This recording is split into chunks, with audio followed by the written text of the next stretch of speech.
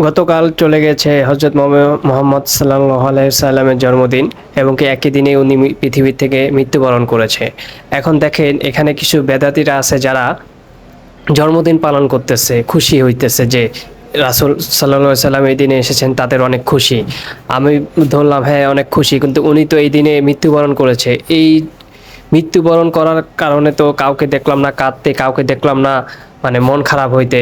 বরঞ্চ আমি তাদের যে বিভিন্ন মানে তারা রাস্তা দিয়ে মিটিং মিসিং করে আসছে বিভিন্ন গাড়ি করে, বিশ্বাস করবেন না, আল্লাহর কসম করে বলতেছি, আমি একটি অটো রিকশাতে প্রায় ৬-৭ জন যুবক ছেলেকে দেখতেছি, তারা ওপেনলি সেই মিছিলের ভিতরে অটো নিয়ে ঢুকে তারা হচ্ছে গাঞ্জা বানাইতেছে। আল্লাহর কসম করে বলতেছি, একটু মিথ্যা কথা না। এবং কি অনেক বেদাতি বলে যে মাজারে নাকি সেজদা হয় না। আমি এই ভিডিওতে আপনাদের দেখাবো, আপনারা ভিডিওটা দেখলে রানিং দেখলে বুঝতে পারবেন যে এই মাজারের ভিতরে গিয়ে একজন সেজদা দিতেছে এবং কি মাজারের ভিতরে যেয়ে আপনার হচ্ছে এই শাহালি কবরের ভিতরে যা বিভিন্নভাবে চাইতেছে, বাবা এই করো, বাবা সেই করো, বাবা বাঁচাও, বাবা রক্ষা করো, বাবা মানে বিভিন্ন জিনিস।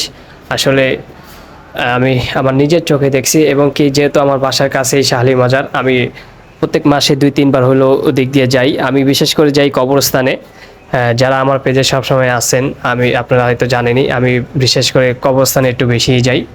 যখন আমার ভাল লাগে না আমি কবরস্থানে যাই, একটু ঘুরি, আমার ভাল লাগে। তখন ভিতরে যদি কোনো অহংকার আসে, অহংকারটা ইনশাল্লাহ চলে যায়।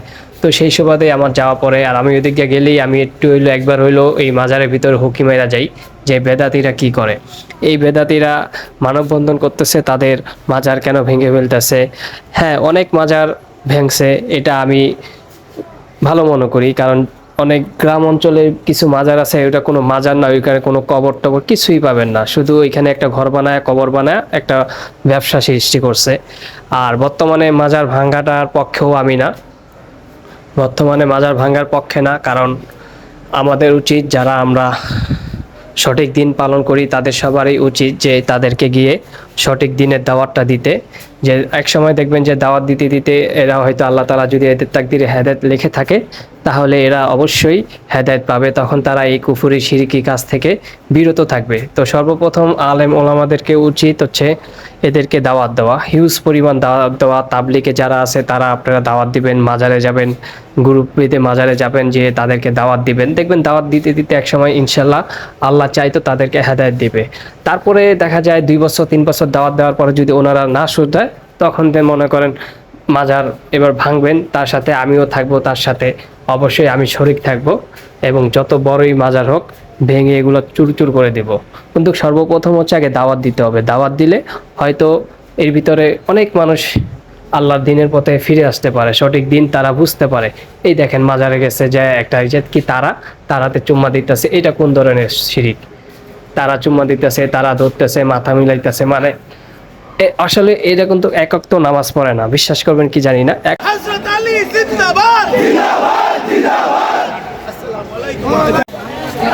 বর্তমান আছি মিরপুরে ১ শাহালি মাজার, আপনারা দেখতেই পারছেন।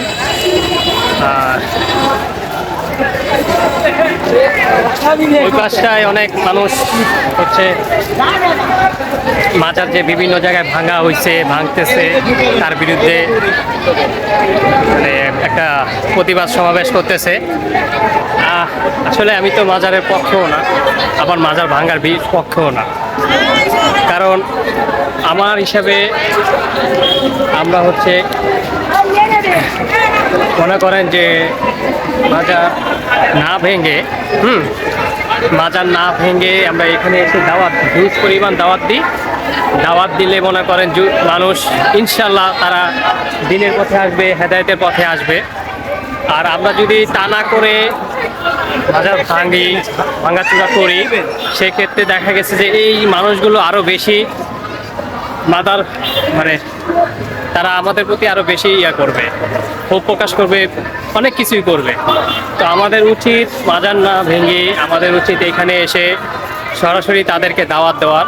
দাওয়াতের মাধ্যমে ইনশাল্লাহ আশা রাখি যে সব কিছুই হয়, দাওয়াতের মাধ্যমে সব কিছুই হয়। হ্যাঁ, দাওয়াত দিতে থাকবো, একসময় দেখবো ইনশাল্লাহ তারাও হেদায়েতের পথে আসবে।